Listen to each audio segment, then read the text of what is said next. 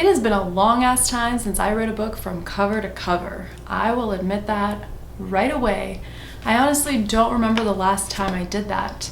And the reason is because when I went to the blogging world, it's more about reading articles online, blog posts, different things, but it's usually on my laptop. It's not really with a book that I can hold or a book I can read on my iPad.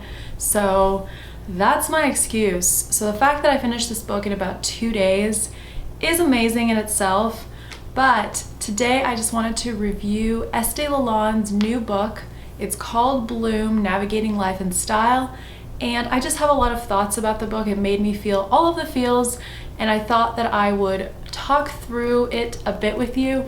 If you've read the book, there's really no spoilers. This is more of an autobiography, I would say. This isn't really like a suspense thriller book. There's nobody dies, nothing like that happens. So I don't think I'm really going to be spoiling anything by talking about the book. It is absolutely beautiful. It is a work of art, in my opinion.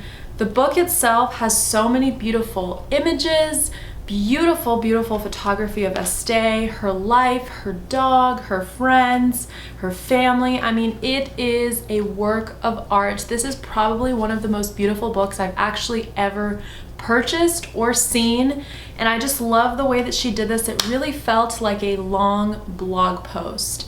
And obviously, since all I read is blog posts and articles online, that's exactly the type of thing I would love to see in a book. She did such a great job with it. Lots of beautiful photography that kind of separates the text.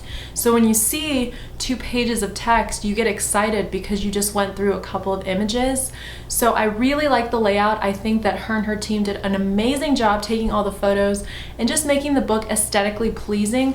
I want to hold this book. I want it on my kitchen counter. I want it on my coffee table. It's just beautiful to look at. And can we just talk about this beautiful photo of her on the front? Her friend took this for her, and it's such a cool shot of her. I think the inside is beautiful. I love how the page numbers are on the side of the pages.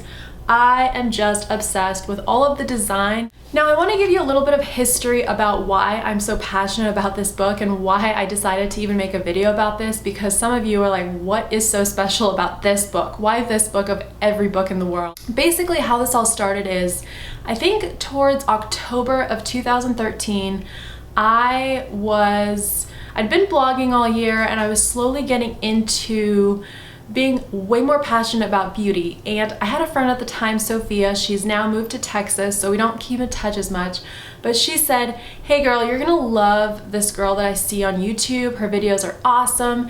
And she showed me a link of Estee Lalonde's like MAC lipstick collection or something like that. And I don't remember the exact title of the video, but she showed that video to me. And from that moment on, I was like, oh my gosh, people make videos online, and I was hooked. Back then, there was just something so normal and everyday life about her.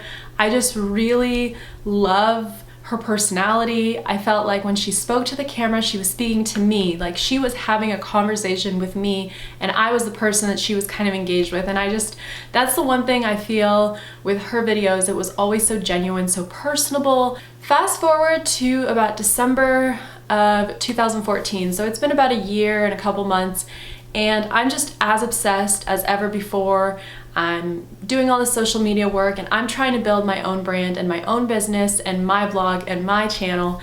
And my boyfriend actually got me a Christmas gift that Christmas, and it was an entire camera set. The camera that I'm filming on right now, I mean, all the tripods. February of 2015, I started my YouTube channel, and all of this pent up need to be creative and being inspired was all due to Estee.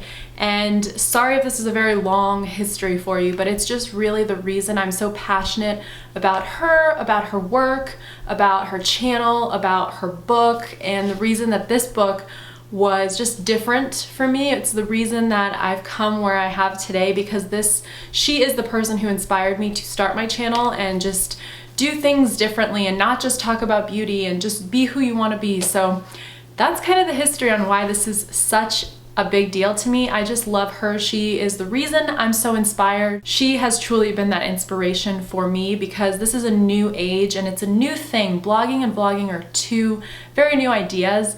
And so for me, she is my inspiration. There's just a lot of things I admire about her, but reading about her exact story of how she moved from Canada to London was so heartbreaking, but also so good.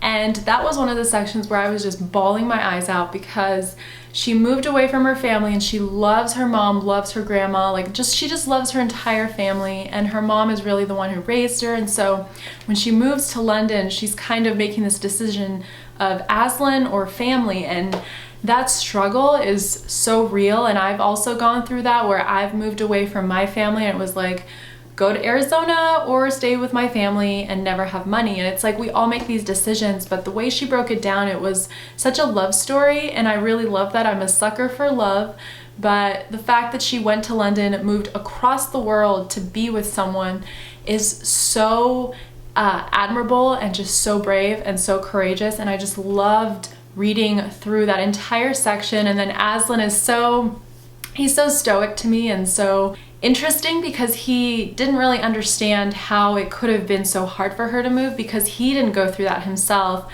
And so just kind of reading that entire section to me was kind of what relationships are all about. One person is always going through something, and then you try to explain it to somebody else, and they don't necessarily know how you feel, but they empathize and they care. And it was so interesting to see the two of them kind of come together. And she reached this really low point where she was just so sad, and she was homesick and depressed, and he didn't really know what she was going through.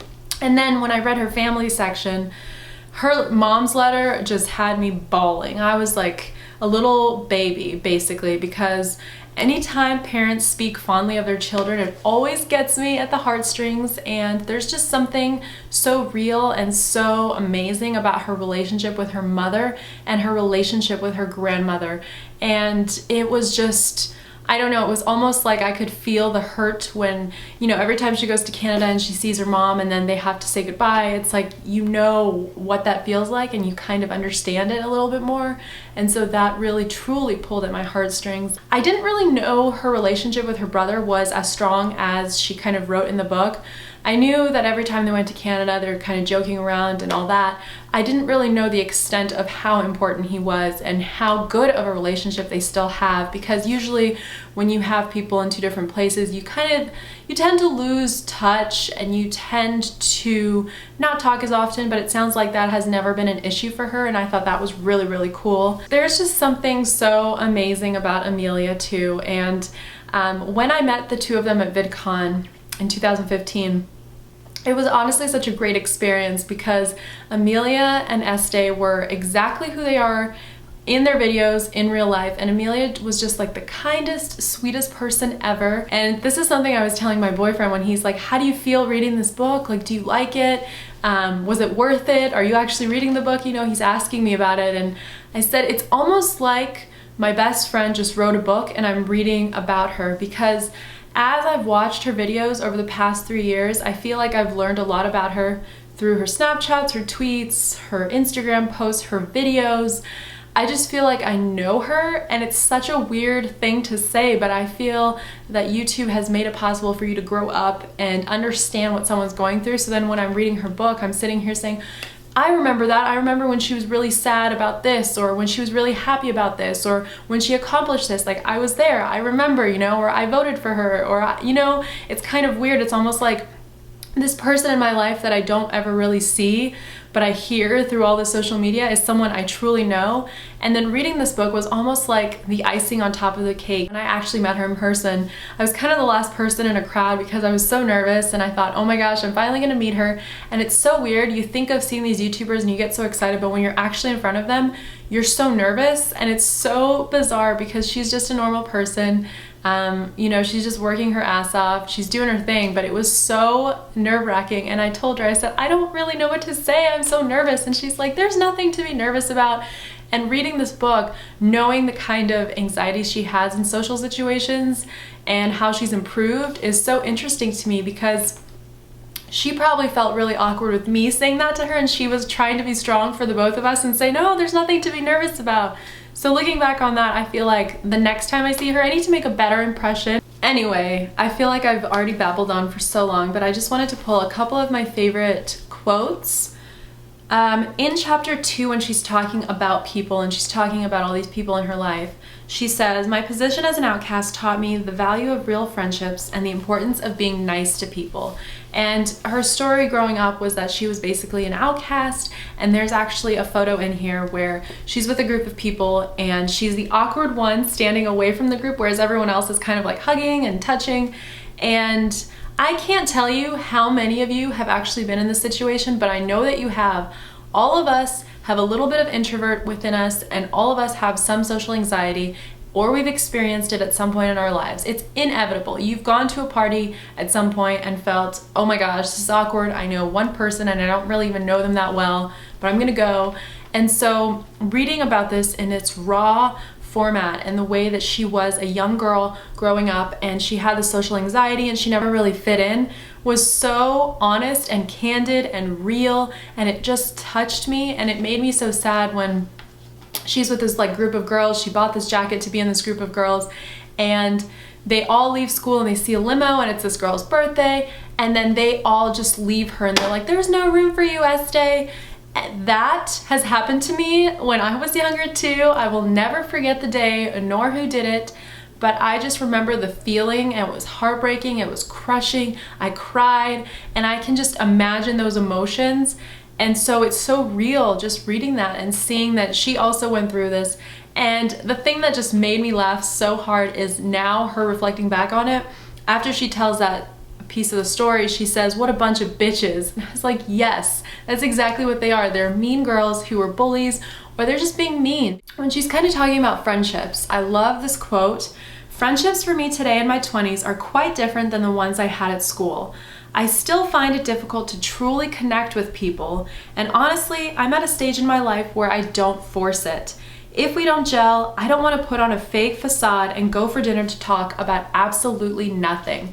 This struck a chord with me because I saw a quote or a post pretty recently saying, I don't have to be friends with anybody I don't like, because this isn't high school, this isn't your professor, this isn't your employer when you're 18. Like, you do not, as an adult, have to be friends with anybody you don't like. You don't have time. When you're a kid, you just want to be friends with everybody because you're all stuck at school for, 6-7 hours. Now, you're your own person. You don't have to be friends with a person that you don't like. And I really like that. I like the thought of it. I like that she kind of says it.